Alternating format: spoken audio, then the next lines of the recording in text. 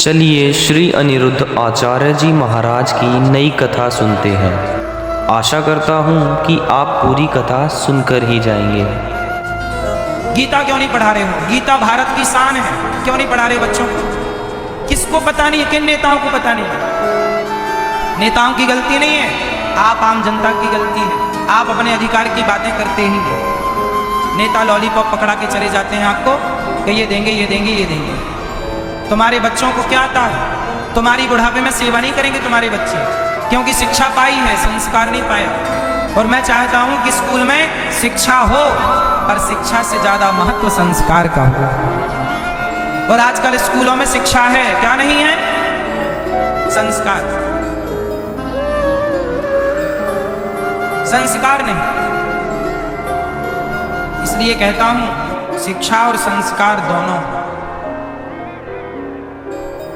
बहुत जरूरी है। संस्कार भी हो और शिक्षा भी हो। भगवान ने 24 अवतार धारण किए। तो मनुष्य का धर्म क्या है? स्त्री का अलग, पति की सेवा करना। माँ का अलग। माँ कैसी हो? जीजाबाई का नाम सुना है? शिवाजी की माँ का नाम है जीजाबाई। उन्होंने अपने बच्चे को बढ़िया संस्कार दिए, तब शिवाजी बने। 14 साल में पहला युद्ध जीत लिया।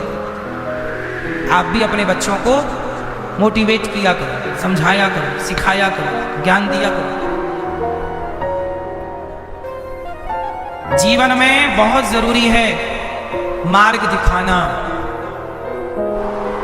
मार्गदर्शन बहुत जरूरी है। बच्चों को मार्ग नहीं दिखाओगे, बच्चे भटक जाएंगे। शराब पीने लग गया बच्चा, क्यों पी रहा?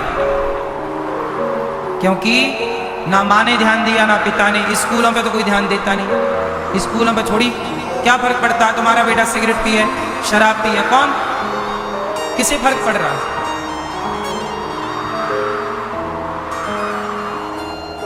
शिक्षा। अब देखो कुछ बच्चे आत्महत्या कर लेते हैं, 10वीं फेल हो गए, 12वीं फेल हो गए, फांसी लगी। तो शिक्षा है कि हत्यारे नहीं? शिक्षा का मतलब ये नहीं है कि हम इतना परेशान हो जाएं कि मर जाएं। ये मतलब शिक्षा यदि संस्कार से भरी होती तो कोई लड़का फेल होके भी ना मरता। मैं कहता हूं कि आप असफल कभी नहीं हो सकते। आप एक बार गिरिए, 2 बार खड़े होइए, कोई बात नहीं। गिरना खड़ा होना ये प्रकृति है। हम बचपन में जब चलना सीखे थे ना, तो बार बार गिरे थे। ना गिरे होते तो हम चलना ना जानते। ये प्रकृति का नियम है कि पहले गिराती है फिर चलाती है। छोटा बच्चा जब बछिया बछड़ा पैदा हो गाय का, तो वो खड़ा होता है फिर गिरता, फिर खड़ा होता फिर गिरता, फिर खड़ा। ये क्या? ये मोटिवेशन है। ये बच्चों को पढ़ाना चाहिए। सिलेबस में सब उदाहरण होने चाहिए कि बेटा तुम फेल हो गए, कोई बात नहीं, फिर पढ़ो। क्या आजकल बच्चों को मोटिवेट करने के लिए कोई सिलेबस में पाठ है? कोई नहीं है।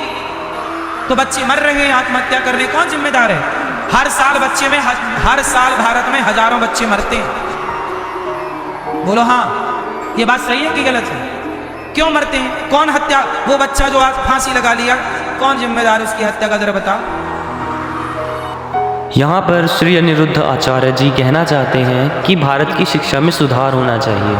बच्चे डर के मारे या फिर किसी कारणवश तभी तो आत्महत्या कर रहे हैं जब हमारी शिक्षा में कोई कमी है। भारत का एजुकेशन सिस्टम खराब है, तो इसे सुधारने में गवर्नमेंट को काम करना चाहिए। कौन जिम्मेदार है? शिक्षा ही जिम्मेदार है। ऐसी शिक्षा क्यों?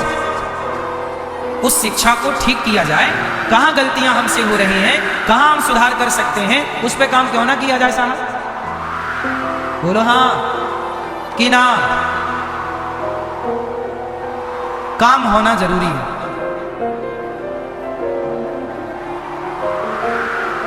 इसलिए हर क्षेत्र में काम होना जरूरी है। भारत ऐसा कभी नहीं था जैसा है। भारत सत्यवादियों का भारत था। राजा शिवी जैसे लोग इस देश में थे जो धर्म के लिए प्राण त्याग देते थे। धर्म से जियो और धर्म से जीने दो। हमारे यहाँ के राजा बड़े धर्मात्मा थे, पर उनके हाथ में सदा तलवार रहा करती थी। हम धर्मात्मा हैं, इसका मतलब ये नहीं कि हम तलवार ना चलाएं और अपनी रक्षा ना करना जाने। मेरी माँ, भगवान ने 24 अवतार धारण किए। हिरण्यकश्यपु को मारना था तो नरसिंह बनकर आ गए, रावण को मारना था तो राम बनकर आए, कंस को मारना था तो कृष्ण बनकर के आए, राजा बलि को जीतना था तो वामन बन के आए, समुद्र मंथन में पर्वत खिसक रहा था नीचे तो कच्छप बन के आए, अमृत बांटना था तो मोहिनी बनकर आए, अमृत लेकर आना था तो धनवंतरी बनकर के आए, पृथ्वी की स्थापना करनी थी तो वाराह बनकर के आए। भगवान को जहां जिस अवतार की जरूरत पड़ी वो अवतार धारण किया। ये अवतार ये बताते हैं कि बेटा जहां जिस समय जैसे होने की जरूरत पड़े वैसे हो जाओ। वामन छोटे हैं, बोलो हाँ, वामन और नरसिंह जहां बड़ा बनने की जरूरत हो वहां बड़ा बन जाओ, जहां छोटा बनने की जरूरत हो वहां छोड़ा। ये शिक्षा है। हम कहते हैं स्कूल में बच्चों को भगवान के 24 अवतारों के बारे में क्यों ना पढ़ाया जाए, जहां से हमें सीख मिल रही है, मोटिवेशन मिल रहा है, क्यों ना वो पढ़ाया जाए। क्योंकि बुराई हो उसमें कुछ, गा से गधा ही क्यों पढ़ाया जाए, गणेश से क्या आपत्ति है, क्यों मेरी मां, गा से गंगा क्यों ना पढ़ाया जाए। ये देश गंगा, हम उस देश के वासी हैं जिस देश में गंगा, चलो गणेश जी से आपत्ति है, गा से गंगा पढ़ा दो, हैं क्या गन पढ़ा रहे हैं, जी फॉर गन पढ़ा रहे हैं।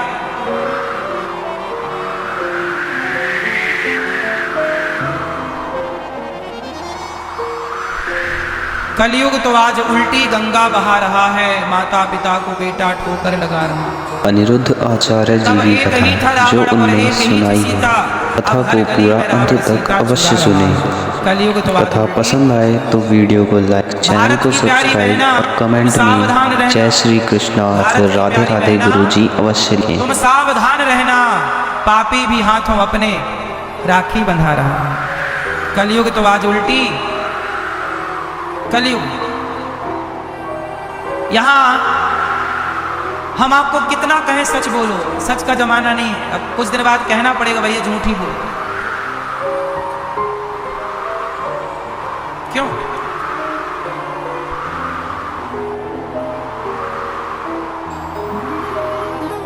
पहले के ऋषि मुनि जंगल में रहते और जंगल में अपने एकांत चित्त से जीवन यापन करते थे।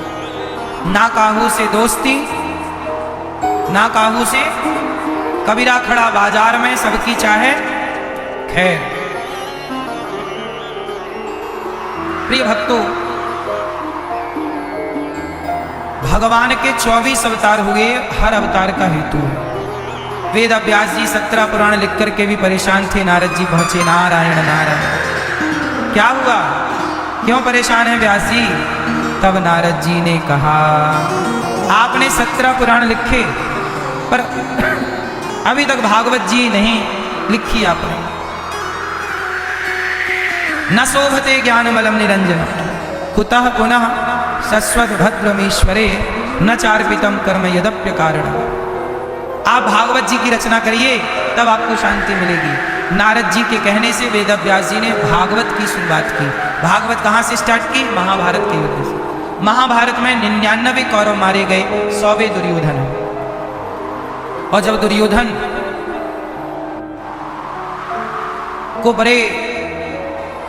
को मार दिया, जंघा तोड़ दी ना, तो दुर्योधन रोने लगा, मुझे अधर्म से मारा, अधर्म से मारा। अच्छा, दुर्योधन को धर्म से मारा था कि अधर्म से? कैसे मारा? कैसे मारा? अधर्म से।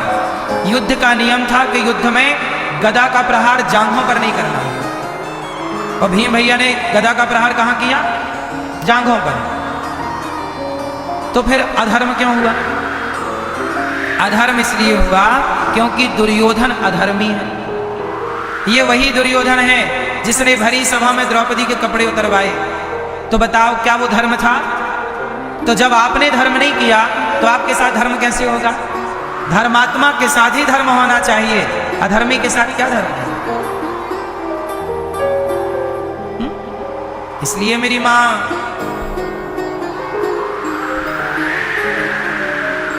अधर्मी के साथ क्या धर्म है? प्रिय भक्तों, धर्म बहुत बड़ी चीज है।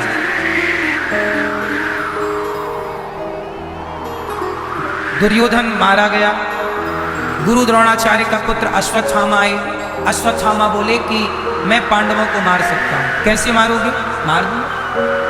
पांचों पांडवों को मारने अश्वत्थामा चले तो द्रौपदी के 5 बेटों को ही 5 पांडव समझ लिए अश्वत्थामा, और बेटों की कर दी हत्या, सिर काट दिया, और 5 के सिर उठा के दुर्योधन के सामने अश्वत्थामा जी ले गए। लो देख, मैंने मार दिया, ये रहे 5 सिर। दुर्योधन ने ध्यान से देखा, बोले भीम का लाओ, तो भीम का सिर दिया। उसे बड़ा गुस्सा था भीम पे, इसने मारा सबको, दबाया, आसानी से दब गया। दुर्योधन ने दबाया सिर आसानी से। तब दुर्योधन बोला, मित्र ये भीम नहीं है, ये भीम का पुत्र, तुमने तो मेरा वंश नष्ट कर दिया। कह करके दुर्योधन की मृत्यु हो गई। सुबह द्रौपदी ने देखे मेरे बच्चे अभी तक जागे नहीं, जाकर देखा लहू ही लहू था, रक्त ही रक्त था, खून ही खून था। रो पड़ी द्रौपदी। अर्जुन आए, पुत्रों की, एक बाप कैसे अपने बेटे की हत्या देख सकता है। युद्ध की कीमत चुकानी पड़ती है। केवल कौरवों का ही नहीं बिगड़ा, पांडव जीत कर भी बहुत कुछ हार गए। यहाँ पर श्री अनिरुद्ध आचार्य जी कहना चाहते हैं कि युद्ध से केवल पांडव जीते नहीं, मतलब युद्ध हुआ, युद्ध में पांडव जीते, तो इसका मतलब ये नहीं है कि पांडव जीत गए, वो जीत कर भी बहुत कुछ हार गए। कभी भी आप अपने परिवार से लड़ोगे तो या तो आप जीत जाओगे या तो हार जाओगे। अगर जीत जाओगे तो भी अपने परिवार को छोड़ना ही पड़ेगा, वो परिवार आपसे दूर ही चला जाएगा। तो इसका मतलब ये है कि कभी भी अपने परिवार से लड़कर कोई भी इंसान जीत नहीं सकता। वो लोग बहुत मूर्ख कोटि के हैं जो पुरानी बातों को याद करते रहे। पुरानी बातें हो गई ना, अब खत्म करो ना बातों। अब कैसे आप सुधार कर सकते हैं अपने जीवन में, कैसे बेहतर बना सकते हैं जीवन को, इस पर काम करिए। जो हो चुका है उसकी क्यों बात करें, वो तो हो ही चुका, उसे आप कैसे बदलोगे? बार बार याद करोगे तो कष्ट होगा। उसने हमें धोखा दे दिया, उसने हमें ऐसा कह दिया, कोई बात नहीं। बातों का कसम वादे प्यार वफा सब बात है, बातों का क्या, ये सब बातें क्या है, सब बातों का क्या, कसम वादे प्यार। अब एक लड़का लड़की ना, कई आपने सुना होगा ट्रेन में कट गए लड़का लड़की, बोले लैला मजनू मर रहे थे, ट्रेन में कट गए, प्यार बहुत करते थे, मर गए। अरे मरना क्या, मर के क्या पाओगे? भूत और बन जाओगे, चुड़ैल और बन जाओगे, मेरी माँ, दूसरों को और परेशान करोगे। जिंदगी मिली है जी लो, मर तो जाओगे ही। कौन से तुम अमर कौआ खा के पैदा भय हो, मर तो जाओगे। आत्महत्या क्यों करना है? और जीवन में चुनौतियां आएंगी तो लड़ो, संघर्ष का जीवन है तो संघर्ष। राम ने संघर्ष नहीं किया क्या? जरा सोचो कि 14 साल आपको जंगल में रहना पड़े, रहो, 1 महीना रह के दिखाओ जंगल में, जंगल में रहना, गांव में नहीं जाना। राम जी रहे 14 साल, क्या राम के जीवन में संघर्ष नहीं था? भगवान कृष्ण के माता पिता जेल में जन्म लिया, पैदा हुए, प्रकट हुए और तुरंत भागना पड़ा गोकुल, क्या ये भगवान कृष्ण का संघर्ष नहीं था? कि जिस मां से पैदा हुए उसका दूध नहीं पिया, क्या ये संघर्ष नहीं है? क्या स्वामी विवेकानंद जी का कोई संघर्ष नहीं था जीवन में? क्या झांसी की रानी का कोई संघर्ष नहीं था जीवन में? अरे जिनका संघर्ष नहीं है उनका कोई जीवन ही नहीं है, जिनके संघर्ष थे उन्हीं का इतिहास में नाम है। बिना संघर्ष वालों को कौन जान रहा? बोलो हाँ। इसलिए चुनौतियां आएंगी, लड़ो, प्रसन्नता से लड़ो। ये चुनौती है, उसे स्वीकार करना, भागना नहीं है मैदान छोड़ के। भगवान ने गृहस्थी को बहुत मधुर बताया है, आप भी अपनी गृहस्थी को बिंदास जियो। मैं चाहता हूं पति पत्नी में बड़ा प्रेम बिल्कुल ईमानदारी वाला, धोखा धड़ी ना हो। पति पत्नी में प्रेम ऐसा हो तनिक भी धोखा ना हो। विश्वास हो, विश्वासघात ना हो। क्या हो, क्या ना हो?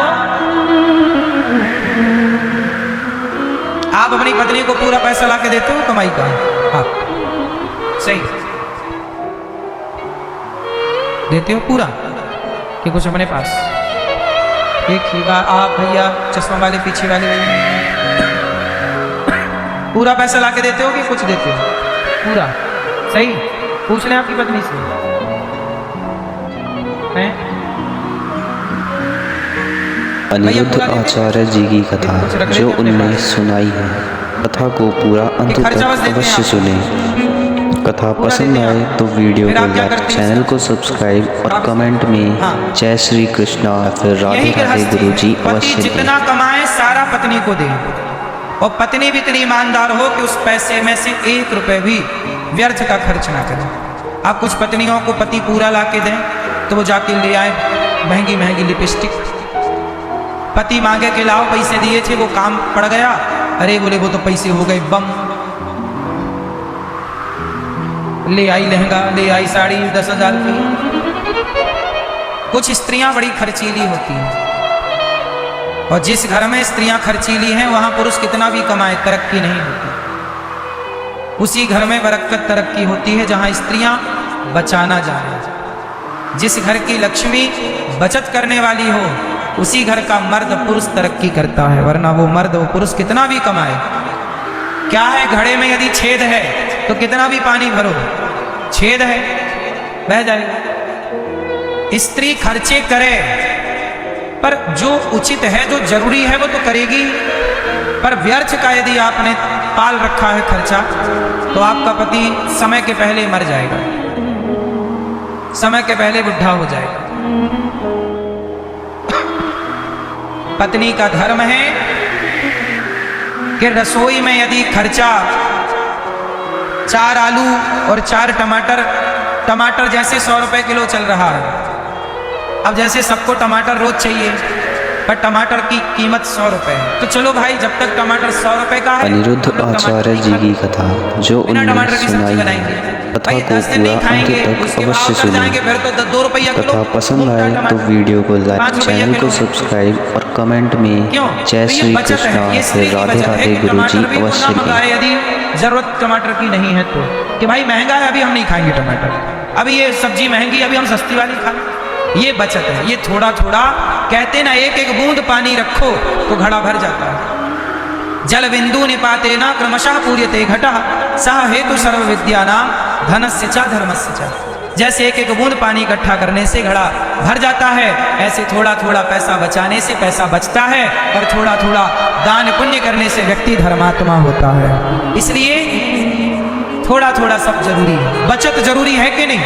पुरुष भी बचाए, स्त्री भी बचाए। 500 रुपए की साड़ी से काम चल रहा है तो 1000 की क्या पहनना, 1000 की से काम चल जाए तो 2000 की क्या पहनना, और 2000 की से काम चल रहा है तो 5000 के खर्चे क्यों? बोलो हाँ, क्यों मेरी माँ? आप लोग ना देखा देखी में चलती हो, अरे वो पहनी है 5000 की साड़ी, मैं भी।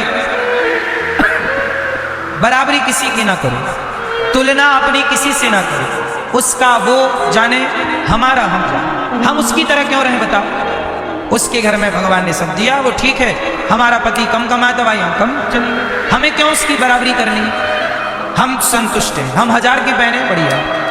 और लोग ऐसे हैं जिनके पास 100 रुपए के भी कपड़े नहीं होते, बेचारे नंगे उघारे घूमते रहते हैं, उनसे तो आप बेहतर। यदि देखो दो स्थिति है, पॉजिटिव नेगेटिव, सोचना है पॉजिटिव सोचिए। आप कहते हो पड़ोसन ने 10,000 की साड़ी पहनी, मैं तो देखो 1000 की पहनी हूँ, कोई बात। आप ये मत देखो कि उसने 10 की पहनी, आप ये देखो कि तुम्हारे शहर में फुटपाथ पे जाके देखना, बहुत सारी महिलाएं ऐसी फुटपाथ पे सो रही हैं जिनके बदन में 200 की साड़ी भी नहीं है। बोलो हाँ, ये बात सही है कि गलत है? फिर अनिरुद्ध आचार्य जी की कथा जो उन्होंने सुनाई है, कथा को पूरा अंत तक अवश्य सुनें। कथा पसंद आए तो वीडियो को लाइक, चैनल को सब्सक्राइब और कमेंट में जय श्री कृष्णा फिर राधे राधे गुरु जी अवश्य लिखें। पुरुष का भी खर्चीला होना गलत है, पुरुष भी खर्चे ना करें, बचाओ। आज बचाओगे तो कल किसी के आगे हाथ फैलाना नहीं पड़ेगा, और ज्यादा जैसा उल्टा सीधा खर्च करोगे तो भैया दे दो 2000, भैया दे दो, मांगते रहो भिखमंगों की तरह। जिंदगी ऐसी जीनी चाहिए कि हमें किसी से 1 रुपए लेने की जरूरत कभी ना पड़े। क्यों? स्वाभिमानी बनो। नमक रोटी खाएंगे पर किसी से मांगेंगे, मांगे से मरना भला, मांगने की जरूरत ही ना पड़े। और ये सब तब संभव है, हमारे बुजुर्ग एक बात, इस पूरी बात को एक लाइन में कह के चले गए, जितना चादर है उतना पांव पसारो। ये एक लाइन में सारी बात कह गए बड़े बुजुर्ग। तुम नहीं समझ पाए वो अलग विषय है। जितना चादर है, बोलो मेरी माँ। एक लड़की है, वो बहुत बड़े बाप की बेटी है और उसका ब्याह हो गया संयोग से गरीब के घर। अब जब गरीब के घर गई तो उसकी तो वही बड़ी बड़ी आदतें थी बड़े बाप की, वो गरीब के घर चली गई। और जब गरीब के घर गई तो बेचारा गरीब को मार डाला मतलब पेड़ डाला, ये लाके दो, वैसा। मैं तो देखो बड़े बाप की, मैं ये कपड़ा पहनूंगी, तुम 500 का लाए हो, 1000 का ला, नहीं मैं तो 5000 वाला पहनती हूँ, मैं बड़े बाप की बेटी हूँ। तुम बड़े बाप की बेटी थी पर अब एक गरीब पति की पत्नी हो, जैसा पति है वैसा रहना तुम्हारा धर्म है। अनिरुद्ध आचार्य जी की कथा जो उन्होंने सुनाई, कथा को पूरा अंत तक अवश्य सुने। कथा पसंद आए तो वीडियो को लाइक, चैनल को सब्सक्राइब और कमेंट में जय श्री कृष्णा फिर राधे राधे गुरुजी अवश्य दें। तुम बड़े बाप की हो, ठीक बात है, पर जरूरी नहीं है कि बड़े बाप की बेटी को बड़े बाप का लड़का ही मिल जाए। सीता माँ बड़े बाप की बेटी है, बड़े राजा की पत्नी है, लेकिन किसने सोचा था कि कुल्हाड़ी लेके जंगल में हाथ में लेकर के जंगल की लकड़ी काटनी पड़ेगी। समय सीता माँ का भी बिगड़ सकता है, तो समय तुम्हारा हमारा कब किसका बिगड़ जाए। इसलिए समय आज अच्छा है तो इस अच्छे समय के आदी मत बन जाओ कि नहीं जी हम सदा इसी समय में रहेंगे। नहीं, समय आज ऐसा है, कल कैसा आएगा। हर समय में जीना चाहिए। इसलिए हर बाप को अपनी लड़की को ऐसे तैयार करना चाहिए कि हर परिस्थिति का सामना वो प्रसन्नता से करे। अमीरी में अमीरी ना रहे। कल गरीबी आ गई तो क्या करोगे? और गरीबी नहीं आएगी ये लिखे तुम्हें कौन देगा? बोलो, गरीबी नहीं है, समय को भरोसो कौनी कद पलटी मार जावे। बड़े बड़े अमीरों को भी मैंने गरीब होते देखा है, जिनके 4-4 फैक्ट्रियां हुआ करती थी, आज उनके पास रहने को खुद का घर नहीं है, किराए से रह रहे हैं। जो 56 भोग खाते थे, सोने की थालियों में रोटी खाते थे ना मेरी माँ, आज उनके पास स्टील की थालियां नहीं है, ठीक से टूटे फूटे बर्तन है। ये समय है। भगवान ना करे कि आपका कभी समय बिगड़े, पर समय का घमंड ना करना, क्योंकि समय आज अच्छा है कल भी रहेगा। अनिरुद्ध आचार्य जी की कथा जो उनने सुनाई है, कथा को पूरा अंत तक अवश्य सुने। कथा पसंद आए तो वीडियो को लाइक, चैनल को सब्सक्राइब और कमेंट में जय श्री कृष्णा फिर राधे राधे गुरुजी अवश्य दें। और जो अमीर थे कई बार गरीब हो गए, तो भाई ये तो दिन रात की तरह अमीरी गरीबी चलती। आज गरीबी कल अमीरी, आज अमीरी कल गरीबी, चल हर परिस्थिति में रहो और धैर्यवान रहो। ये नहीं कि समय बिगड़ गया तो आप छाती पीटने लग जाओ, जी क्या हो गया, आज बुरा समय आया कल अच्छा आएगा। धैर्य रखिए, मेहनत करिए, ईमानदारी से चलिए, समय बदलते देर नहीं लगती। परिस्थितियां दिन रात की, जैसे दिन है ना, मौसम भी तो बदलता है। आप लोग अभी 2 महीने पहले तक ना पतले कपड़े पहने घूमते थे, अब देखना 1 महीने बाद आप सब मोटे मोटे कपड़े पहने घूमोगे। तो समय आपको गर्म कपड़े पहना देता है, समय आपको पतले कपड़े पहना, समय नहीं पहना रहा। मौसम बदल गया, सर्दी आ गई, अब पहनो मोटे कपड़े, गर्मी आ गई पहनो पतले कपड़े। समय सब कराता, तुम कुछ नहीं करते, तुम तो समय के हाथ की पुतली हो। जैसे नचाएगा समय वैसे आपको, बोलो, समय को भरोसो कौनी। राजा हरिश्चंद्र का समय बिगड़ा तो बाजार में बिक गए हरिश्चंद्र, भैया ले लो, मुझे खरीद लो। हरिश्चंद्र की बड़ी पतिव्रता पत्नी तारा बाजार में बिक गई। समय बिगड़ा तो तारा बिक गई बाजार में, समय बिगड़ा तो रोहित बिक गया बाजार में। ये वही रोहित, वही तारा जो छत्रपति राजा थे, जिनके एक इशारे पर 1000 दासियां, 1000 दास खड़े और सोना भरा। जितना बड़ा ये हॉल है, इतने बड़े बड़े हॉल, हजारों हॉल सोने चांदी से भरे, जिनके खजाने भरे, आज वो बाजार में बिक गया। समय हरिश्चंद्र, बोलो हाँ या ना, बाजार में बिकना पड़ा कि नहीं हरिश्चंद्र को? फिर अनिरुद्ध आचार्य जी कहाँ पहुँचा दे, की जो उनने किसे पहुँचा दे, कथा को पूरा अंत तक अवश्य सुने। इसलिए कथा पसंद पुरुष बलि नहीं होता है, समय होता बलवान। अर्जुन महाभारत को जीत गए और वही जीतने वाले अर्जुन जंगल के भीलों से हार गए थे बाद में। बोलो हाँ, किससे हार गए? जंगल के भीलों से। महाभारत जीतने वाले, कर्ण से जीतने वाले अर्जुन भीलों से हार गए। समय कभी जिताता है तो कभी हराता है। जीत की खुशी थी तो हार का गम ना पालो साहब। ये हार जीत तुम्हारी नहीं है, ये समय तुम्हें हरा रहा है, जिता रहा है। ये तुम्हारी हार जीत नहीं है, ये समय का खेल है।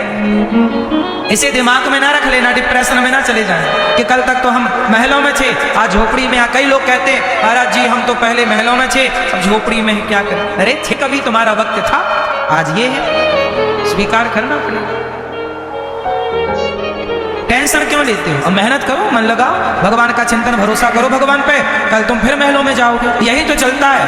आपने देखा होगा जब मरीज वहां जाता है वेंटिलेटर में, वहां एक मशीन में लाइन चलती है, यूं यूं यूं, नीचे ऊपर नीचे ऊपर। बोलो हाँ, अमीरी गरीबी, अमीरी गरीबी, जीवन सुख दुख, सुख दुख, हानि लाभ, हानि लाभ, यही जीवन का क्रम है। वो सीधा हो गई लाइन तो मर गया। जिसके जीवन में सब कुछ सीधा है वो मरा हुआ है, और टेढ़ा टाकता ही जिंदा है। श्री अनिरुद्ध आचार्य जी कहना चाहते हैं कि ज़िंदगी में सुख दुख चलता रहता है। अगर आपके जीवन में हमेशा सुख रहेगा तो आप बोर होके मर जाओगे, या फिर दुख रहेगा तो आप दुख के मारे मर जाओगे। इसीलिए जीवन में सुख दुख तो चलता ही रहता है। यही तो जीवन में जीने का आनंद देता है कि आपको संघर्ष करना पड़े। चलो बताओ, बच्चों को तैरना सिखाना चाहिए कि नहीं? 1 महीना लगेगा, 2 महीना लगेगा, आसपास कोई स्विमिंग की कोचिंग दिला दो ना, सिखाओ। तैरना ना जानने के कारण बेचारे डूब गए। ये भी कोई बात है? ये कोई बात हुई? हर बच्चे को तैरना आना चाहिए। क्या ये टैलेंट नहीं है? रोटी बनाना टैलेंट है, पढ़ना लिखना टैलेंट है, इंग्लिश बोलना टैलेंट है, हिंदी बोलना टैलेंट है, तो क्या तैरना टैलेंट नहीं है? हर टैलेंट दिया बच्चे को, तैरना नहीं सिखाया, डूब गई तुम्हारी छोरी 5 फीट पानी में। बोलो हाँ, सिखाओ। आत्मरक्षा करना सिखाओ, स्वावलंबी बनना सिखाओ। कब तक दूसरों के कंधे में रहेंगी तुम्हारी बेटी और तुम्हारे बेटे? कंधों में मुर्दे होते हैं, जिंदा कंधों में नहीं होते। सहारा मुर्दों को चाहिए। बेटी को ऐसा बना दो, बेटे को ऐसा बना दो कि अब से किसी के सहारे की जरूरत। सहारों पर जिए तो क्या जिए, इस जिंदगानी को सहारा दूसरों को दो, अमर कर लो कहानी को। अगर निर्भर बनोगे, दूसरों पर गिड़गिड़ाओगे, तो अपना मान भी सम्मान भी सब कुछ गवाओगे। इसलिए खड़े हो शान से तनकर, यही शोभा मनुष्य तन की। स्वयं सींचो हर एक डाली, खुशी जीवन के मधुबन की। आपको स्वावलंबी बनना हो, आपको अपना सब कुछ सीखना हो। यह भी एक शिक्षा है। केवल डिग्रियां पा लेना शिक्षा नहीं है साहब, केवल डिग्रियां ले लेना शिक्षा नहीं है। समाज में अच्छे से जीना भी एक। अच्छा एक बात बताओ, आईपीएस मर गया, आत्महत्या कर लिया। एक आईपीएस एक आईएएस मर गया। सुना होगा आप लोगों ने, कितने हमारे देश में आईएएस आईपीएस लोग आत्महत्या कर लेते। क्यों? पत्नी से तंग थे, परिवार से परेशान थे, आईएएस बन गए, आईपीएस बन गए, इतनी उच्च कोटि की पढ़ाई पढ़ ली और पढ़ लिख के सबसे उच्च पद पर जाके लड़का लड़की बैठ गए, लेकिन अपने रिश्तों से हार गए। एक बात बताओ, यदि आईपीएस बनना शिक्षा है तो क्या रिश्तों को ठीक ठीक से चला लेना शिक्षा नहीं है? रिश्तों को ठीक ठीक से निभा लेना शिक्षा नहीं है? कल को पत्नी पति मुकर जाए, कुछ गलत हो जाए, उस परिस्थिति में कैसे रहना है, क्या डिसीजन लेना है, क्या ये सिखाना पढ़ाना, क्या ये शिक्षा नहीं? सब दिन एक से नहीं होते, हर दिन की तैयारी होनी चाहिए। कल कौन सी परिस्थिति आके खड़ी हो जाए, आपकी बेटी आपके बेटे मेरे सामने, मुझे हर परिस्थिति से लड़ना है, यही तो शिक्षा है। हालातों से ना लड़ पाए आप तो काय बात की शिक्षा? हालातों से लड़ना शिक्षा है साहब। सबसे अधिक पढ़ा लिखा वो है जो हर परिस्थिति से लड़ ले और हर परिस्थिति में भी परिवार को लेकर चले और हैप्पी रहे, खुश रहे, वही ना पढ़ा लिखा। हर परिस्थिति में स्माइल है, प्रसन्नता है। सबसे समझदार वो जो हर परिस्थिति में भी खुश है। बोलो हाँ। कई आईपीएस होकर भी परेशान क्यों है? पोस्ट पाली, पद पा लिया, लेकिन जो बेसिक चीजें थी, रिश्ता चलाना बहुत कठिन काम है। हाँ या ना? चलो, किस किस को बात समझ में आ रही है? हम बेकार बोल रहे हैं कि सही बोल रहे हैं? सही है कि गलत है?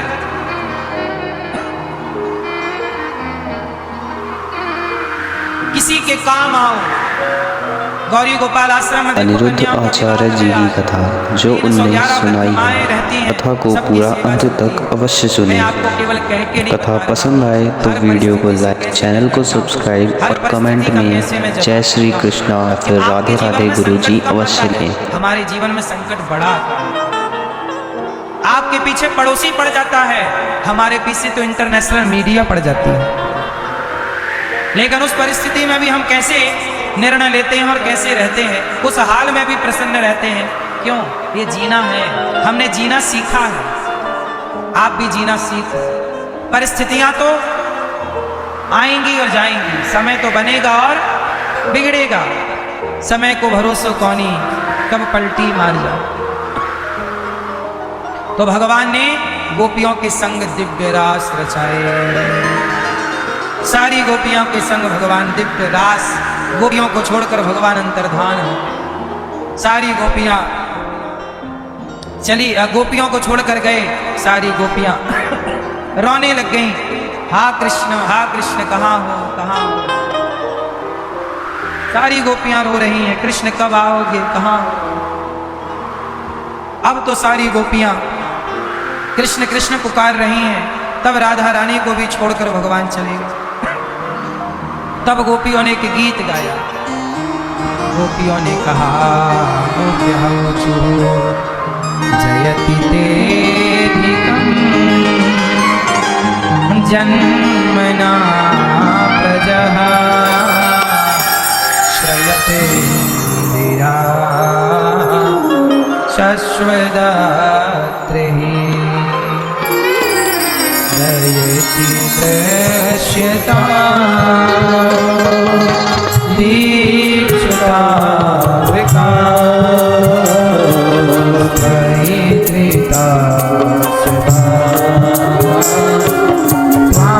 अनिरुद्ध आचार्य जी की कथा जो उन्होंने सुनाई है, कथा को पूरा अंत तक अवश्य सुने। कथा पसंद आए तो वीडियो को लाइक, चैनल को सब्सक्राइब और कमेंट में जय श्री कृष्णा फिर राधे राधे गुरुजी अवश्य लें। अच्छा, भगवान कब मिलते हैं? जब भक्त प्रेम से पुकारता। कब मिलते हैं भगवान? जब भक्त प्रेम से पुकारता है। गोपियों ने जब पुकारा, अब तो प्राण निकल जाएंगे। जब पुकारा, प्रकट हो गए भगवान और गोपियों के संग भगवान ने दिव्य महारास रचाए। जितनी गोपियां उतने कृष्ण बन गए और दिव्य लीला हुई है? भगवान दिव्य महारास रचाए। राधा नाचे, कृष्ण नाचे, राधा नाचे, कृष्ण नाचे, नाचे गोपी जन।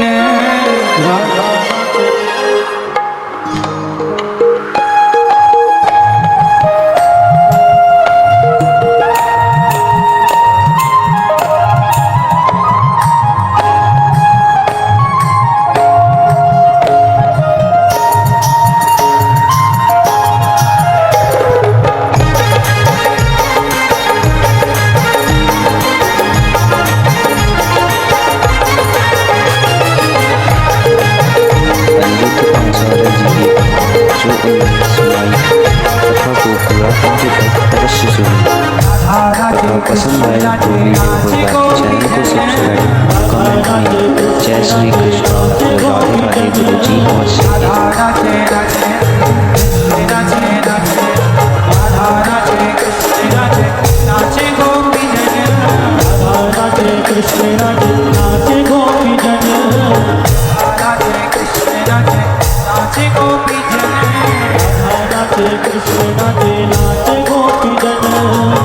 मेरो बन गयो सखी पावन वृंदावन।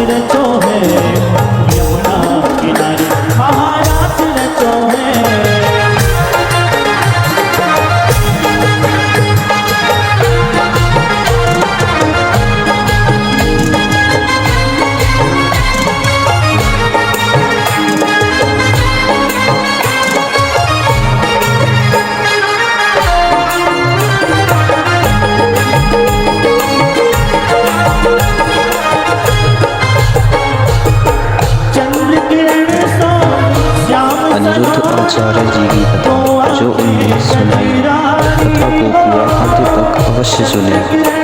कथा पसंद आए तो वीडियो को लाइक, चैनल को सब्सक्राइब और कमेंट में जय श्री कृष्णा फिर राधे राधे गुरु जी अवश्य दें।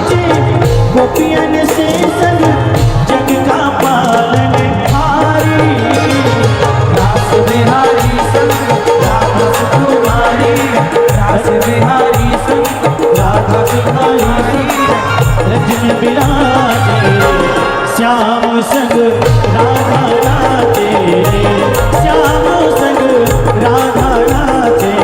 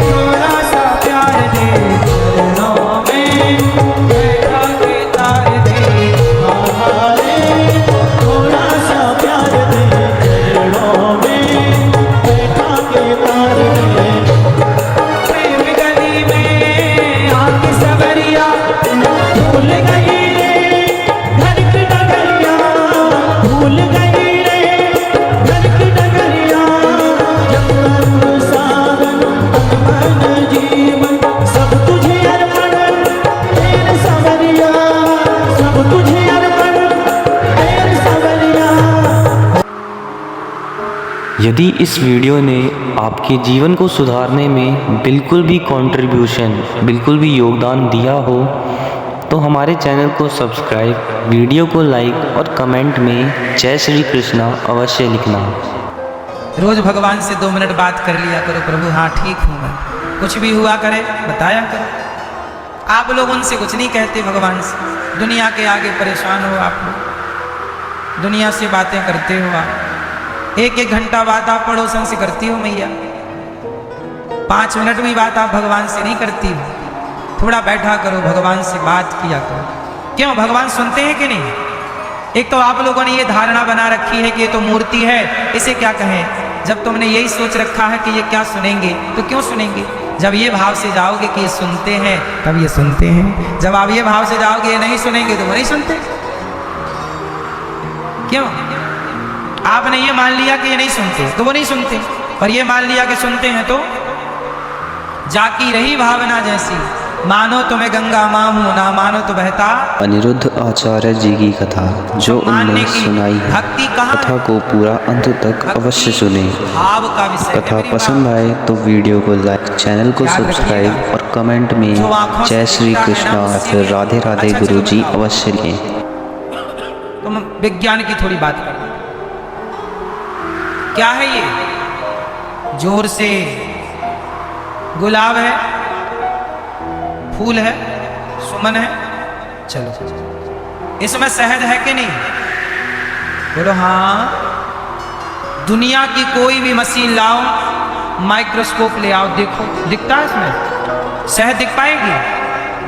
बोलो भाई साहब। विज्ञान के पास शहद देखने की मशीन नहीं है अभी कि गुलाब की शहद देख ले। लेकिन इसी गुलाब में जब मधुमक्खी बैठती है तो इसमें से केवल शहद इकट्ठा करती है। बोलो हाँ। कुछ चीजें तुम्हारी नजरों में नहीं आएंगी, कुछ चीजें मशीनों की नजर में नहीं आएंगी। नजरों में नहीं आती इसका मतलब ये नहीं कि नहीं है।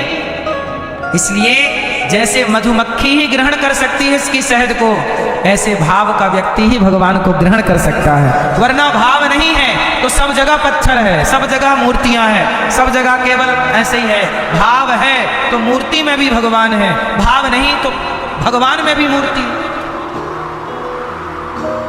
बोलो हाँ। सबके बस की सब चीजें नहीं है ना मेरी माँ। कोई भी मशीन इसकी शहद नहीं देख सकती, ना तो ग्रहण कर सकती। आज तक कोई मशीन बनी जो पुष्पों को डालो और शहद निकल के आ जाए? है मशीन? फिर केवल मधुमक्खी है, उसमें ये गुण ईश्वर ने दे रखा है कि तू ये ग्रहण करेगी। बोलो हाँ। खुशबू तो मैं भी ग्रहण कर सकता हूँ, आप भी ग्रहण कर लीजिए, मस्त है। लेकिन इसकी शहद मैं ग्रहण नहीं, मैं पूरी जान लगा दूं तो मैं इसकी शहद ग्रहण नहीं कर सकता। ऐसे ही केवल मधुमक्खी चाहिए, ऐसे ही आपके अंदर भगवान को ग्रहण करने का वो भाव चाहिए, मीरा वाला प्रेम चाहिए, प्रहलाद जैसा विश्वास चाहिए, ध्रुव जी जैसी निष्ठा चाहिए। यदि वो नहीं है तो चिल्लाते रहो कि भगवान तो है ही नहीं। लोग क्या कहते हैं? भगवान तो है ही नहीं।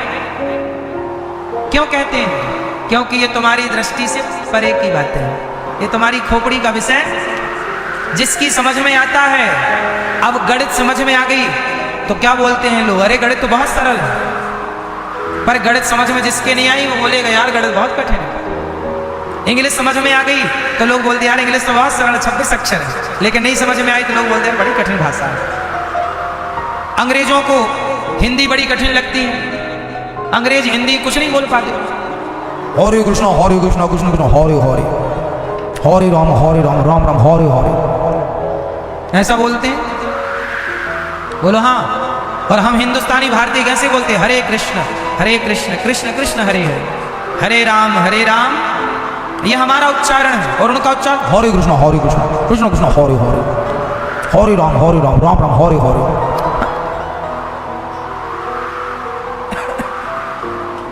उनकी पकड़ में हिंदी नहीं आ रही, हमारी पकड़ में हिंदी है। बोलो हाँ। क्यों भाई? अब हमारे लिए हिंदी बहुत सरल है और अंग्रेजों के लिए हिंदी बड़ी कठिन है।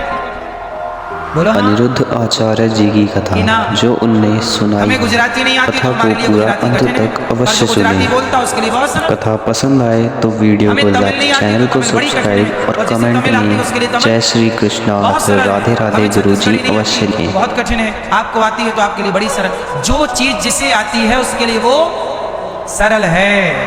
आपको काश भक्ति आती तो आपको भगवान सरल नजर आते। भक्ति नहीं आती इसलिए भगवान कठिन है। वो कई बार इतना कठिन हो गया कि लोग बोले कि भगवान तो है ही नहीं। तुम इसलिए कह रहे हो कि नहीं है क्योंकि तुम्हारी समझ में नहीं आया, गणित तुम्हारी समझ में नहीं आई, तुमने बोल दिया कठिन है, अब ये विषय नहीं पढ़ेंगे।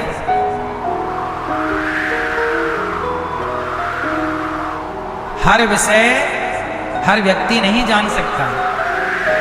बोलो हाँ। आप सब भारत के ही हो ना?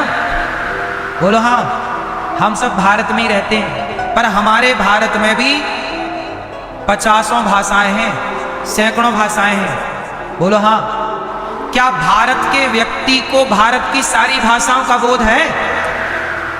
बोलो। फिर जब भारत के व्यक्ति को भारत की भाषाओं का ज्ञान नहीं है, हमारे भारत में ही सैकड़ों भाषाएं हैं, बात सही है कि गलत है? आपको 2 भाषाएं आती होंगी, 4 आती होंगी, 10 आती होंगी, पर सारी भाषाओं का बोध तो आपके बस का भी नहीं होगा ना, है ना? 1-2 लाइन सीख लेना अलग विषय है कि आपको 2-4 सेंटेंस याद कर लिए हर भाषा के, आप बोल नहीं, उस भाषा में बात कर पाना गहराई से सबके बस का नहीं है। भारत में रहने वाले भी अनिरुद्ध आचार्य जी की कथा जो उनने सुनाई है, कथा को पूरा अंत तक अवश्य सुने। कथा पसंद आए तो वीडियो को लाइक, चैनल को सब्सक्राइब और कमेंट में जय श्री कृष्णा फिर राधे राधे गुरुजी अवश्य लिखें। और जिसे बिल्कुल समझ में नहीं आता वो नास्तिक होके बोलता है कि मैं अब ईश्वर को नहीं मानता। जो ईश्वर को नहीं मानता वो पहले ईश्वर को जानने की कोशिश पूरी किया, नहीं जान पाया तो बोला नहीं मानता। इसलिए मेरी माँ सच बताएं, जैसे इसकी सेहत सबके बस की नहीं है, ऐसे भगवान भी सबके बस के हाँ कहते हैं ना, हाँ पैदल चलकर द्वारिका जाना सबके बस की बात। सबके बस का नहीं है कन्हैया। अरे सबके बस का कन्हैया होता तो हर कोई ना सुदामा हो जाता, हर कोई ना अर्जुन हो जाता। सबके बस का कन्हैया होता तो हर आदमी अर्जुन होता। बोलो हाँ, हर व्यक्ति सुदामा होता। भक्त सुदामा जी को देखो, प्रेमा भक्ति भारी है, हाँ भक्ति भारी है। पैदल चलकर द्वारिका जाना, पैदल चलकर द्वारिका जाना सबके बस की बात नहीं है। पैदल चलकर द्वारिका जाना सबके बस की बात नहीं।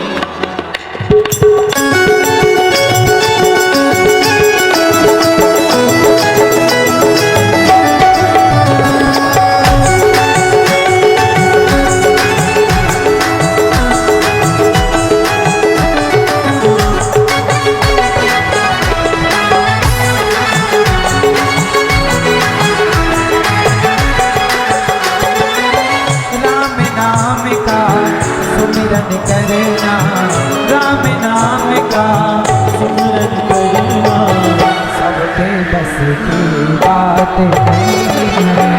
राम नाम का सुमरन करना सबके बस की बात नहीं है। कृष्ण नाम का सुमरन करना, कृष्ण नाम का सुमरन करना। अनिरुद्ध आचार्य जी की कथा जो उनने सुनाई, कथा को पूरा अंत तक अवश्य सुने। कथा पसंद आए तो वीडियो को लाइक, चैनल को सब्सक्राइब और कमेंट में जय श्री कृष्णा फिर राधे राधे गुरुजी अवश्य लिखें।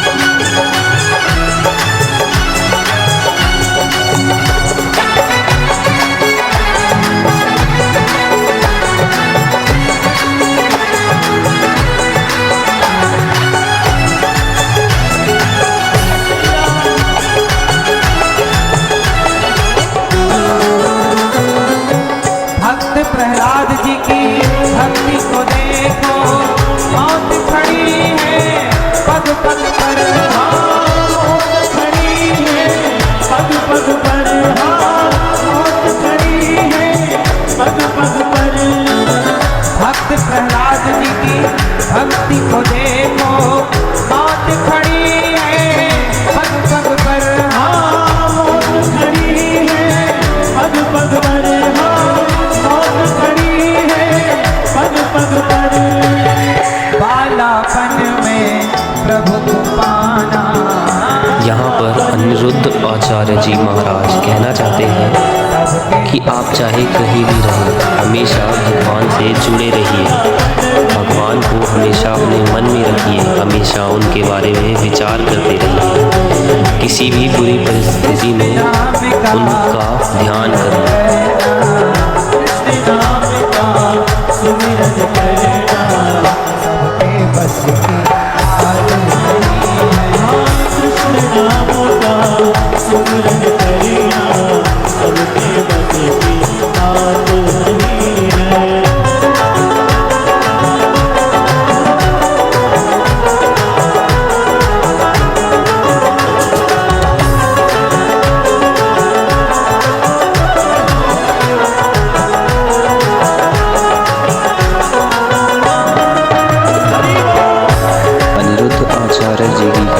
जो उनने सुनाई कथा को पूरा अंत तक अवश्य सुने। कथा पसंद आए तो वीडियो को लाइक, चैनल को सब्सक्राइब और कमेंट में जय श्री कृष्णा और राधे राधे गुरुजी अवश्य लिखें।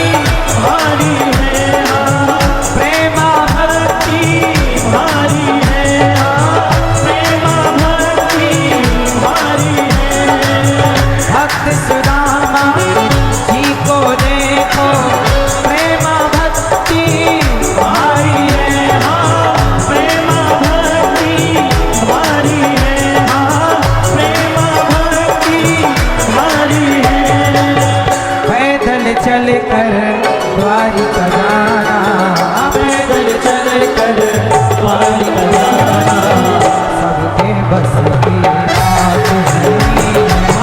पैदल चल कर द्वारिका जाना, सबके बस की बात नहीं है।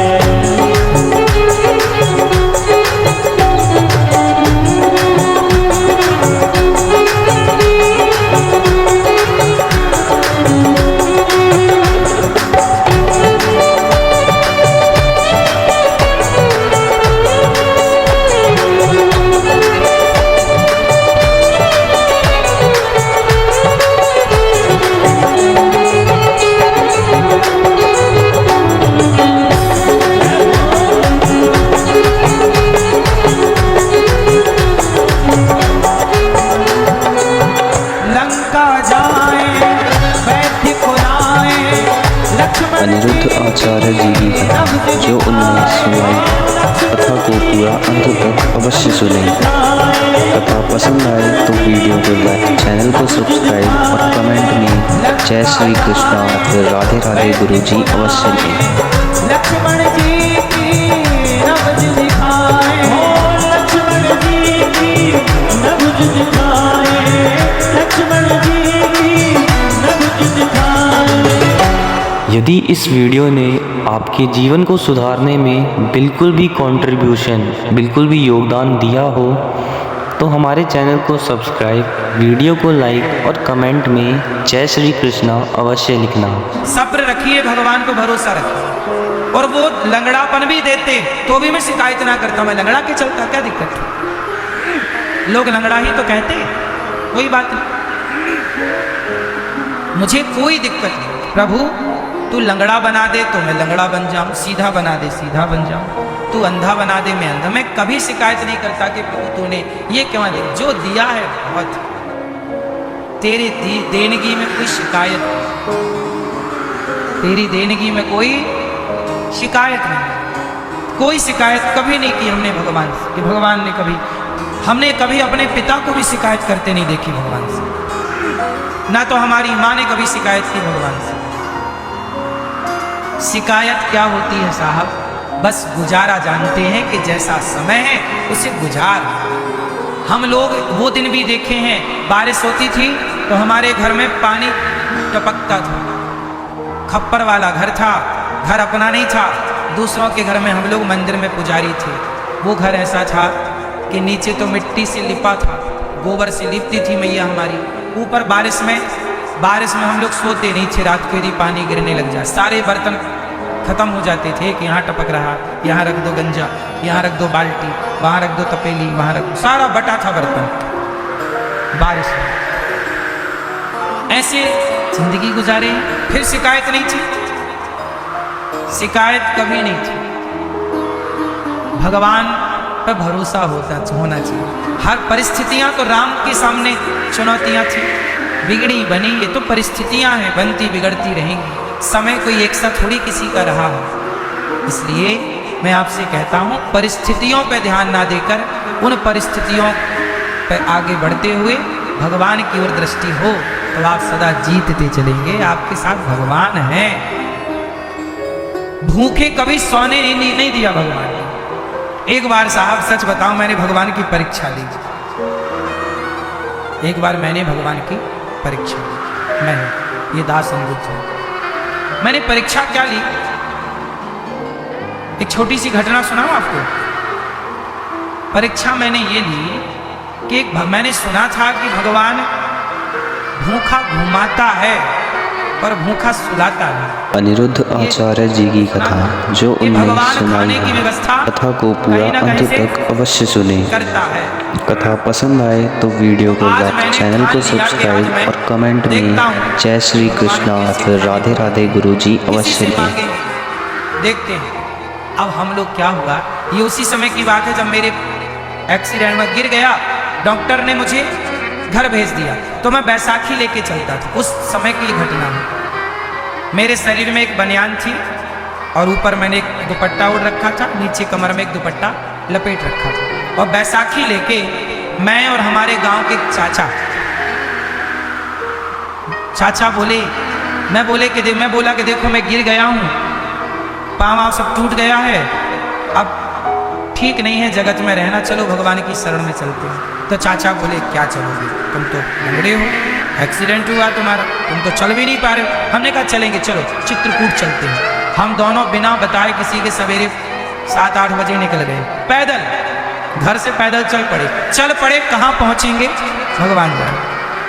भैया चलते चलते सचमुच हम लोग, कोई गाड़ी वाले जा रहे थे, वो रुक गए। कहाँ जा रहे हो? हमने कहा स्टेशन जा रहे हैं। अरे बैठो गाड़ी में, बिना कुछ ना हेल्प मांगी, रास्ते देखो कैसे तैयार होते हैं।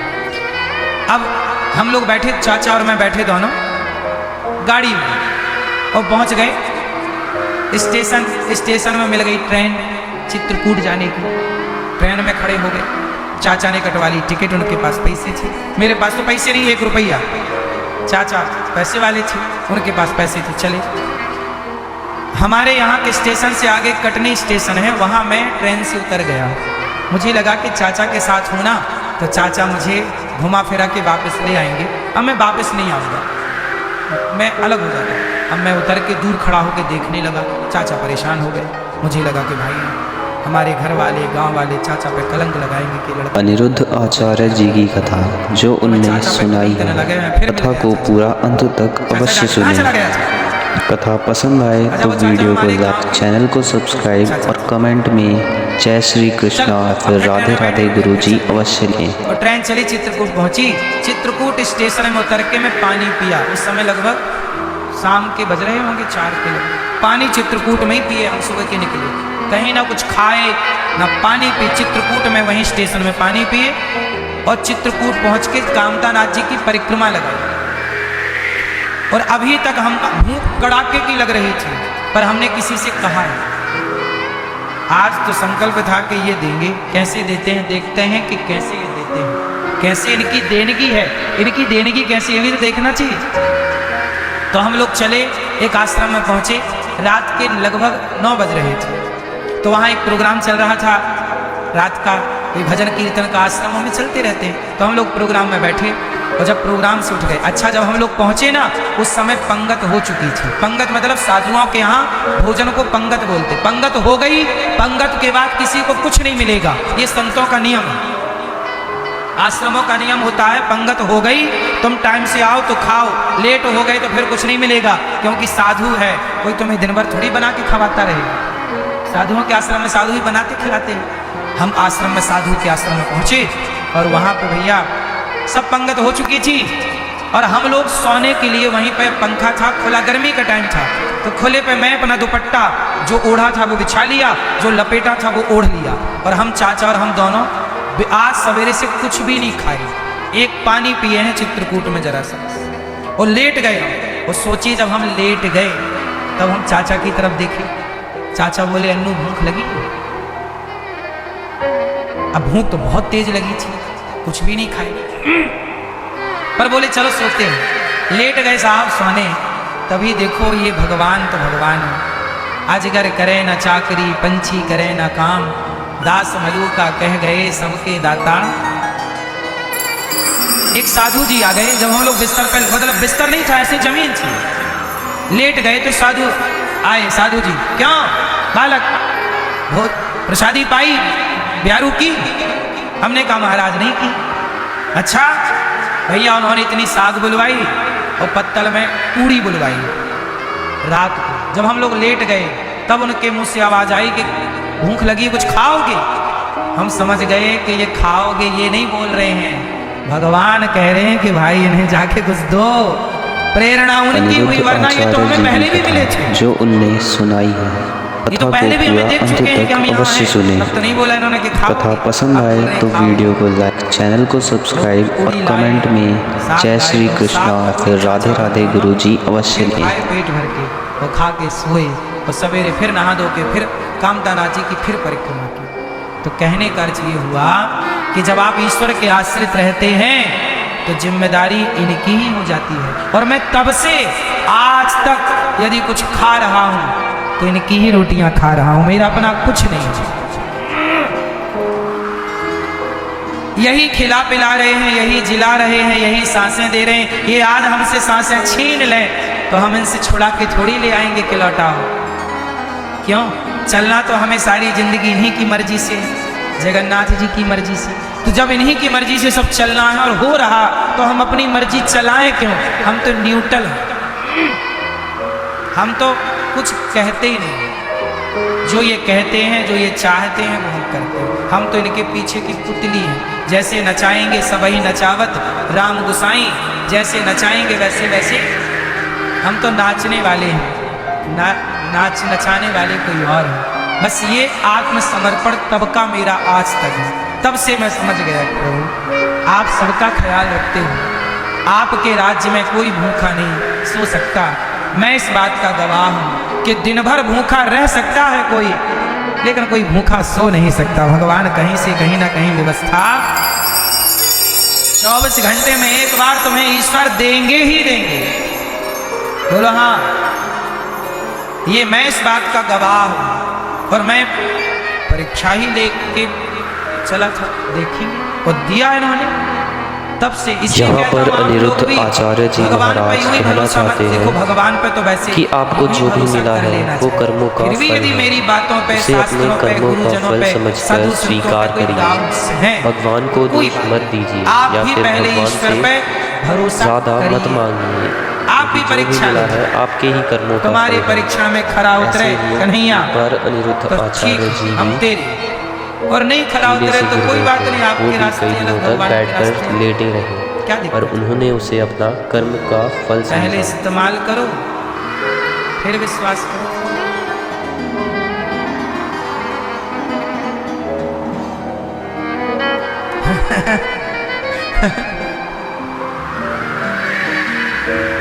पर हमारा भगवान इसमें भी तैयार है। तो मेरी परीक्षा लेना चाहता आ जा। हाँ। यदि आपको भगवान की परीक्षा लेनी है तो हमारे भगवान इतने दयालु हैं कि तुम्हें परीक्षा भी दे देंगे। ले भैया ले मेरी परीक्षा। भगवान के जितना देखो, मेरी बात पे भरोसा करके भगवान पे भरोसा करना है तो एक रास्ता ये है कि आप डायरेक्ट कर लो।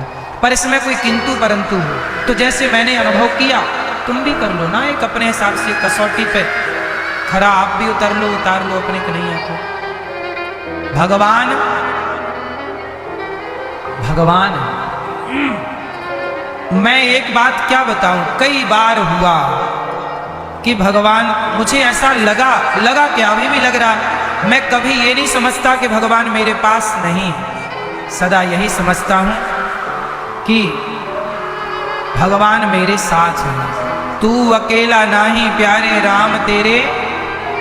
मैं क्यों कहूं वो कौन सी क्षण, कौन सी घड़ी, कौन सा क्षण है जहां भगवान मेरे साथ ना हो और जहां भगवान आपके साथ ना हो। देखो भगवान 24 घंटे सबके साथ रहते हैं। कोई समझ अनिरुद्ध लेता है, आचार्य जी की कथा जो उनने सुनाई है कथा को पूरा अंत तक अवश्य सुने। हम आपको ये सब बता कथा रहे हैं, पसंद ये आए भी तो भगवान वीडियो को देख लाइक, रहे हैं चैनल को और सुन रहे हैं। सब्सक्राइब और कमेंट में जय श्री कृष्णा फिर आप राधे सुन राधे रहे गुरु हैं, जी कैसे अवश्य सुन रहे दें। हैं, ये भी भगवान देख रहे हैं और समझ रहे हैं। आपकी कोई भी सांस, कोई भी हरकत, यहाँ तक कि आपका दिल धड़क रहा है, ये भी ईश्वर उसकी आवाज सुन रहे हैं। आपके भीतर क्या गतिविधि चल रही है अभी, वो भी भगवान समझ रहे हैं। बाहर का तो छोड़ ही दो, आप क्या सोच रहे हैं अभी वर्तमान में, ये भी भगवान देख रहे हैं। क्या छिपा है? चींटी भी अपने पाँव में घुंघरू बांधे, चींटी का पाँव कितना बड़ा होता है, उसके पाँव में घुंघरू बांधे जाएंगे तो कितने बड़े बड़े होंगे। वो घुंघरू बांध कर चींटी भी यदि नाचती है ना, तो हमारे भगवान को सुनाई पड़ जाता है। ऐसे भगवान। श्री अनिरुद्ध आचार्य जी कहना चाहते हैं कि भगवान हमारी हर छोटी चीज़ का ध्यान रखते हैं। क्या आपको लगता है कि भगवान ने इस पूरी दुनिया को बनाया है तो इतनी छोटी सी बात का ध्यान नहीं रखेगा? बहुत सारे लोग सोचते हैं कि मैं लोगों के सामने अच्छा दिखूंगा और अकेले में बुरे कर्म करूंगा, किसे पता चल रहा है। लेकिन असलियत में भगवान हर जगह है।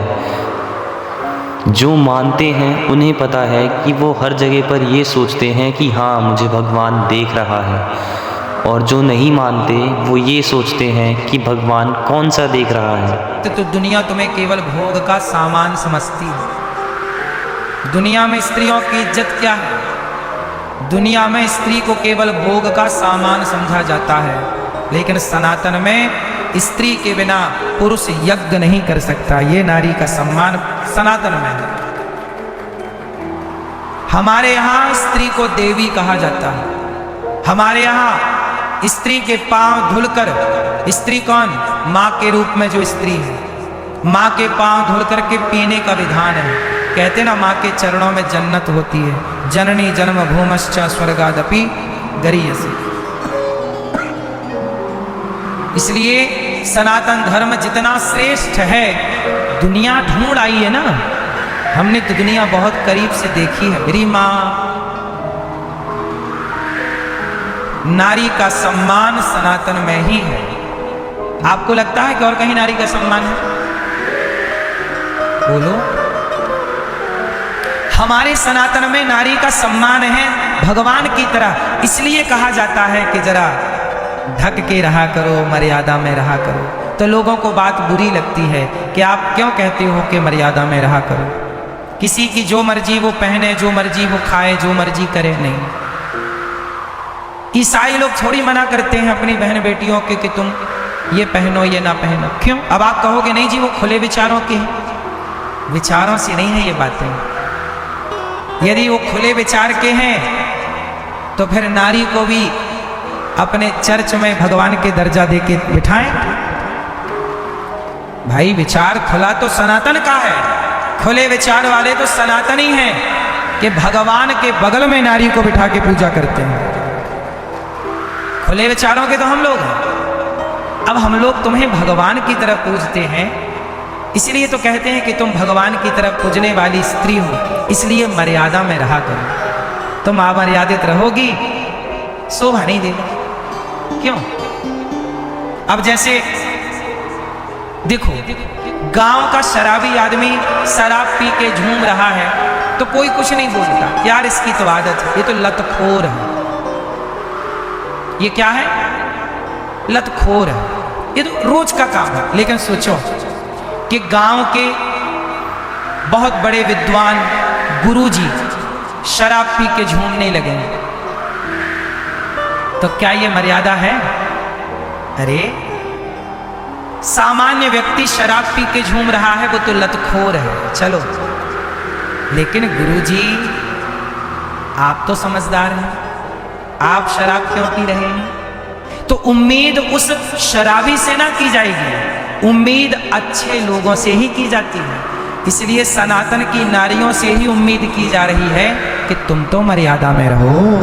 हम उनको तो कह नहीं सकते कि मर्यादा में रहो, क्योंकि वहां तो कोई मर्यादा ही तुम्हें कहा जा रहा है, क्योंकि तुम मर्यादा में रहने वाली हो। क्यों? बात समझ में आ रही है कि नहीं? कि नहीं आ रही? आप अच्छे हो, सनातन की स्त्रियां सबसे श्रेष्ठ स्त्रियां। तो हम अपनी बहन बेटियों की तो समझाएंगे कि बेटा दुनिया की चकाचौंध में वो निर्वस्त्र घूम रही हैं, अर्धनग्न घूम रही हैं, तुमको शोभा ना देगा क्योंकि तुम सनातनी हो, वो सनातनी नहीं है। बोलो हाँ। मैं अमेरिका गया, ऑस्ट्रेलिया गया, तो वहाँ की जो स्त्रियां थी वो तो बिल्कुल अर्धनग्न घूम रही थी वहाँ खुले में। वहाँ का कल्चर ऐसा है, वहाँ छोड़ी हम किसी को बोले कि ये गलत है, क्योंकि वहाँ इस तरह का चलन है। वो तो बिल्कुल ना के बराबर कपड़ा, जैसे हमारे यहाँ जितने कपड़े, बच्चा छोटा सा नहीं पहनता कपड़ा, पुंतरिया है ना, छोटा बच्चा पैदा होता है तो उसे पुंतरिया पहनाते हैं। बोलो हाँ। ऐसे वहां पहने पहने घूम रही थी लंगोटी, बस वही लंगोटी थी वहां। तो वहां का वो फैशन है, कल्चर है, वहां ठीक है उनके लिए, लेकिन उसी को अब भारत में लाना चाह रहे हैं कुछ लोग। तो जरा सोचो कि वहां की नारियों का तो उनका अपना भगवान का दर्जा नहीं है उनके पास, उनका अपना भगवान का दर्जा नहीं है। हमारे यहां नारियों को किसका दर्जा है फिर? तो जरा सोचिए कि आप कहां और वो कहां, कहां राजा भोज, कहां गंगू तेली। तो राजा भोज को गंगू तेली तो ना बनाओ। भारत की नारी तो देखो पतिव्रता नारी है। हमारे यहाँ की नारी कौन सी है? पतिव्रता। अरे हमारे यहाँ ऐसी नारियां हैं, हमारे यहाँ की स्त्रियां विधवा होती हैं, पति मर जाए तो उसी की विधवा रह के जिंदगी गुजार देती हैं, पूरी जवानी गुजार देती हैं और चरित्र पे तनक भी दाग नहीं लगने देती। लेकिन आप दुनिया भर में ढूंढ के आना, दुनिया में विधवा स्त्रियां हैं ही नहीं भारत के सिवा, अर्थात सनातन संस्कृति के सिवा कोई विधवा नहीं होती। वहां आज मर जाए तो महीने भर बाद दूसरा जिंदाबाद, दूसरा मर गया, तीसरा मर गया, चौथा। यही हाल पुरुषों का है और यही हाल स्त्रियों का। बोलो हाँ।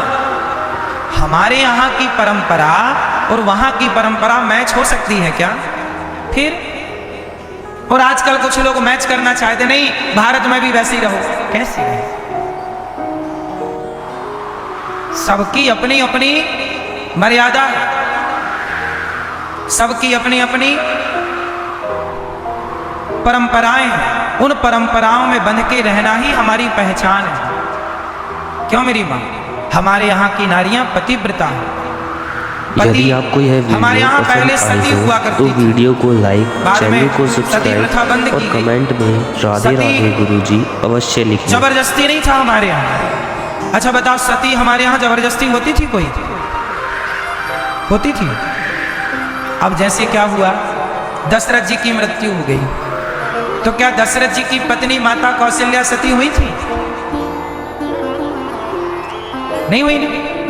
क्या सुमित्रा जी सती हुई? नहीं हुई। क्या कैकेयी सती हुई? इसका मतलब सती प्रथा हमारे यहां नहीं था। हाँ, सती प्रथा नहीं था और था भी कैसे? अब सुनो, पांडु की 2 पत्नियां हैं। पांडु की कितनी पत्नियां हैं? कौन कौन सी? कुंती और माद्री। तो जब पांडु की मृत्यु हुई तो पांडु की एक पत्नी तो सती हो गई, माद्री, और दूसरी पत्नी सती। तो हमारे यहां सती प्रथा ऐसी थी कि जिसका मन होए वो चाहे तो पति के संग सती हो जाए और ना मन होए तो ना होए। और जो सती नहीं होती थी वो भी पतिव्रता कहलाती थी। जैसे कौशल्या मैया नहीं सती हुई, क्या वो पतिव्रता नहीं है? पतिव्रता का मतलब ये नहीं है कि पति के साथ जो जल जाए वही पतिव्रता कहलाए। पतिव्रता नारी वो है जो पति के जाने के बाद परमेश्वर से मन लगाए वो नारी पतिव्रता है। पति के बाद परमेश्वर में जी लग जाए वो नारी कौन है? पतिव्रता। मैं आशा करता हूँ कि आपको ये वीडियो पसंद आई हो। मैंने इस वीडियो में से बहुत सारे बेकार के पार्ट कट कर न्यू वीडियो बनाई है, तो आशा करता हूँ कि आपका टाइम ज़्यादा वेस्ट ना हुआ हो। और ऐसी ही और कथाएं सुनने के लिए हमारे चैनल को सब्सक्राइब कर लेना और बेल आइकन को भी दबा लेना। तो चलिए मिलते हैं एक नई वीडियो में।